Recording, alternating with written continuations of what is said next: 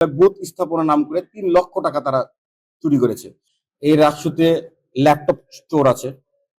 এই রাকসুতে জুলাই আগস্টের গণঅভ্যুত্থানকে কেন্দ্র করে চাঁদাবাজ রয়েছে। এই রাকসুতে হত্যা মামলার আসামি রয়েছে। এই রাকসুতে ছিনতাইকারী রয়েছে। আমাদের রাকসুতে শিক্ষার্থীদের যে কষ্টযুক্ত টাকা ফি থাকে সেই টাকাটা রাজশাহী বিশ্ববিদ্যালয়ের রাকসু তথাকথিত ভিপিজিএস এবং তার কিছু সম্পাদকরা প্রায় ১০০ কোটি টাকা তারা ব্যক্তিগত কাজে দেখিয়ে উত্তোলন করে বিনা ভাউচারে ৬২ লক্ষ বানানোর বেলিস্টি কর্মসূচি তারা প্রদান করেছে। আপনারা জানেন যে আমরা টাকা পাওয়ার বাজেটের প্রসেসটা কি। আমি একটি কাজ সম্পূর্ণ করব, সেই কাজটাতে আমার কত টাকা ব্যয় হয়েছে সেই টাকাটা লিখিতভাবে জবাব দিয়ে পরবর্তী আমি কাজের প্রসেসটা মেনটেন করব।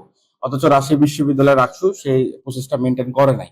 এ দ্বারাই প্রমাণিত হয় যে তারা এটির শিক্ষার্থীদের কল্যাণে তারা টাকাটা ব্যয় করেনি, তারা ব্যক্তিগত অথবা নিজস্ব রাজনৈতিক এজেন্ডা বাস্তবায়নের জন্য তারা বাস্তবায়ন করেছে। আমরা এর প্রতিবাদে আমরা বিক্ষোভ মিছিল করেছি, আমরা শিক্ষার্থীদেরকে নিয়ে ভাউচার মেলা করেছি। আজকে রাজশাহী বিশ্ববিদ্যালয়ের মাননীয় উপাচার্য বরাবর আমরা স্মারকলিপি প্রদান করেছি।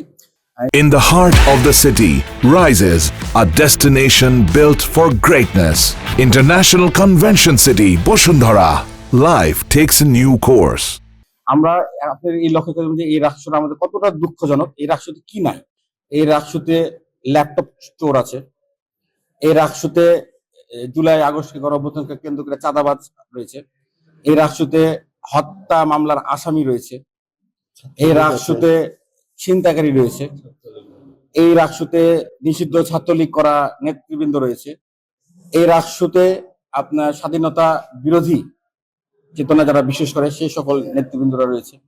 এই রাকসু রাজশাহী বিশ্ববিদ্যালয়ের শিক্ষার্থীদের টাকা কিভাবে লুটপাট করলো এটা রাজশাহী বিশ্ববিদ্যালয় ছাত্রলীগকে আমরা আবারও নিন্দা জানাচ্ছি, কেন আমরা রাজশাহী বিশ্ববিদ্যালয়ের শিক্ষার্থীদেরকে প্রতিনিধিত্ব করি। আপনারা জানেন যে রাজশাহী বিশ্ববিদ্যালয়ে বুথ স্থাপনা নাম করে ৩ লক্ষ টাকা তারা চুরি করেছে। অথচ বিগত ৩২ বছর আপনারা সাংবাদিক ভাইরাই আপনারা বিভিন্ন সময় প্রচারণা করেছেন।